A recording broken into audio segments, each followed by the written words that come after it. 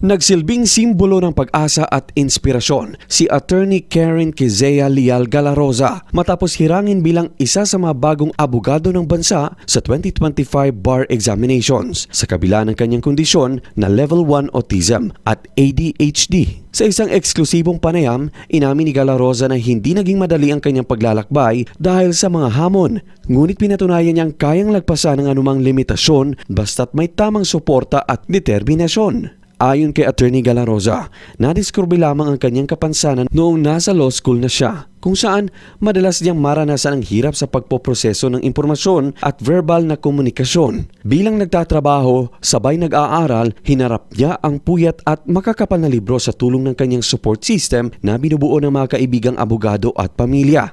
Gayon din ang profesional na tulong na nagbigay ng tamang gamot at medikasyon upang siya ay makatutok sa pag-aaral. Nananawagan din siya sa pamahalaan na gawing mas accessible ang mga serbisyo para sa psychological at mental health, lalo na para sa mga PWD na nagnanais ding maging profesional ngunit limitado ang resources. Sa kasalukuyan, plano ni Attorney Galaroza na ipagpatuloy ang kanyang serbisyo sa gobyerno, bitbit ang advokasya na ilapit ang sistema ng katarungan sa mga karaniwang tao. Parehas ako na ay intellectual disability, seek help. I know na dili sayon kay naapoy kakulangon sa resources with regards to mental, psychological health, o I think part po na siya no, nga hagit sa atong gobyerno nga unta mag-provide sila og accessible ng services para mag-cater sa psychological mental health. Ang kanyang tagumpay ay isang malakas na paalala na ang kapansanan ay hindi kahinaan, kundi isang espesyal na hamon na nagpapatatag sa pagkatao ng isang tunay na lingkod bayan.